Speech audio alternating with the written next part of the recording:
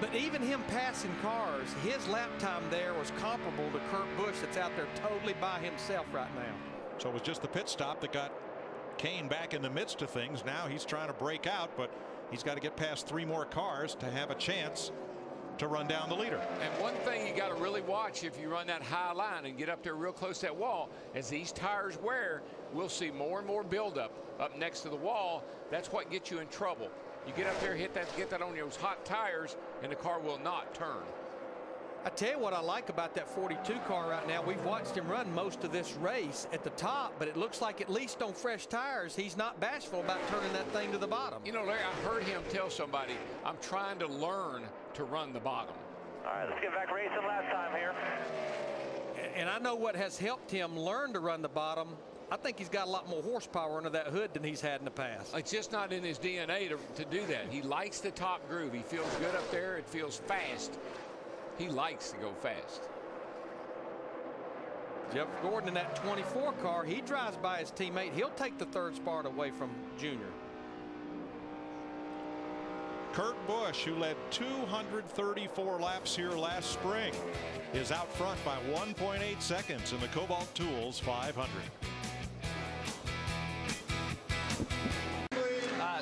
So any changes? Just a little bit faster this time. That's it. Chad, you're good. Okay. Stay out of there. No, that toolbox Chad, could hold right? that car, but they were shooting a Kobalt commercial, and interesting stuff. Jimmy and Chad. Scared me. Not as interesting as this. Right now, Jimmy's 8th behind Kurt Busch, Juan Montoya, Jeff Gordon, Casey Kane, and Dale Earnhardt. Some new players in the top 10. Matt Kenseth up to 7th. Tony Stewart 9th. A.J. Allmendinger. Well, he was 10th a second ago. Greg Biffle takes it back. They've been going back and forth for about the last 5 to 10 laps with these 2 cars. Behind them, Rudimant's 12th. Jeff Burton, Martin Truex, Brian Vickers, the top 15. Then Menard McMurray and Mark Martin.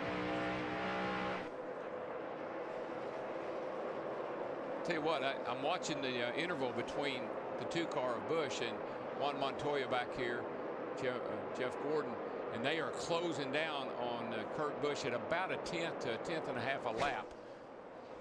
Kurt Busch going to have some company here before too long. I do believe the best car though right now is Jeff Gordon in that 24 car back in 3rd, just looking at our lap counter.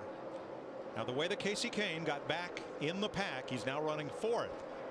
But the way he got back there was on that pit stop. Let's get out of Jeff Hammond for today's Nationwide Pit Zone. And Mike, you see the 9 car on your right, comes into the pit stall, looks like he's in there like he'd like to be. Got the nose turned out just a little bit, but right in front of him, you see the 48. He comes in. The right rear of his car is kind of sticking out toward pit road, and when he starts to take off, he can't really hammer it like he wants to. He's got to take it easy. All of a sudden, there's his teammate, Jeff Gordon, or not teammate, but here's Jeff Gordon, the teammate of Jimmy Johnson, also blocks him out. All of this combined cost him 6 positions off of pit road. You've got to get a clear shot if you want to have a really fast pit stop. But Jeff, I think that supports what we were talking about. You've got 3 of the top cars, even though there's an opening there. You've got Gordon, Kane, and Johnson all pitting right in the same area, and they just stack up with each other. And you pick your pit in the order in which you qualify. The pole sitter picks first. Chad's usually really good about picking a pit that he can get in and out of. But he's not used to picking 16th position. That's what I think hurt him this week, a little bit like last week. 3 wide here. You see the left side of Brad Keselowski's car looks fine. Right side, not so much. He's been in the wall with it. And these guys, they're about a half a lap behind our leader right now, Kurt Busch. You'll see all the damage on that 12 car, and our points leader, Kevin Harvick, we've been following him. Pretty much knew, Matt, talking to that group this morning, that they didn't have a race car they felt very good about. And it really started back on lap 12, Larry Mack, when Kevin told Gil Martin, guys, it is going to be a very long day. The car is just super tight, and that's what they've been balancing with for the rest of the race so far. And then he said the rear of the car is like on ice, and it's just tight on entry. So the balance issue is all over the map for Kevin Harvick, and it shows on the stopwatch and in the rundown. It does, but they have definitely improved that car. He's up to 24 spots. He's been riding back there at about 34 spots, so they have made it better. Keep working on it. They'll get it there. But you know the amazing thing, of course, we've talked about Richard Childress Racing all year long.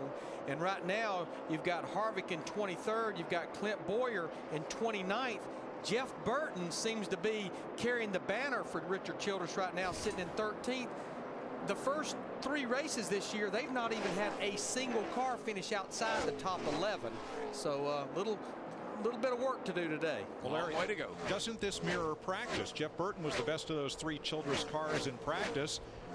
And in fact, wasn't it Boyer who said that they mirrored Jeff Burton's setup, trying to at least get up to that same level of performance? Yeah, yesterday in practice, the 33 just finally quit practice. They had thrown everything they could throw at it, and they just decided to stop. Let's put the 31 setup under. And while we're talking about Childress, let's don't forget Judy is in the hospital. Want to let her know we're thinking of her, praying for her and Richard, and Linda Petty. Yes. Also. Yep. Richard Childress's wife, Judy. Mike Dillon is usually Boyer's spotter, and his daughter Tina is Richard and Judy's daughter. So Mike's going back to North Carolina. Right, and Clint's dad is spotting for him, who normally spots for him in practice anyhow. Mike Dillon comes in and spots for the race. You know what that all tells me, though? One big family. That's right. It's a family affair. Racing is.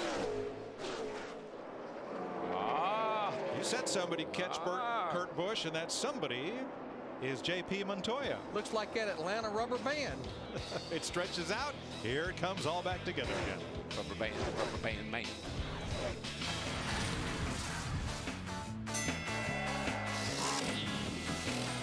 You're watching NASCAR on Fox.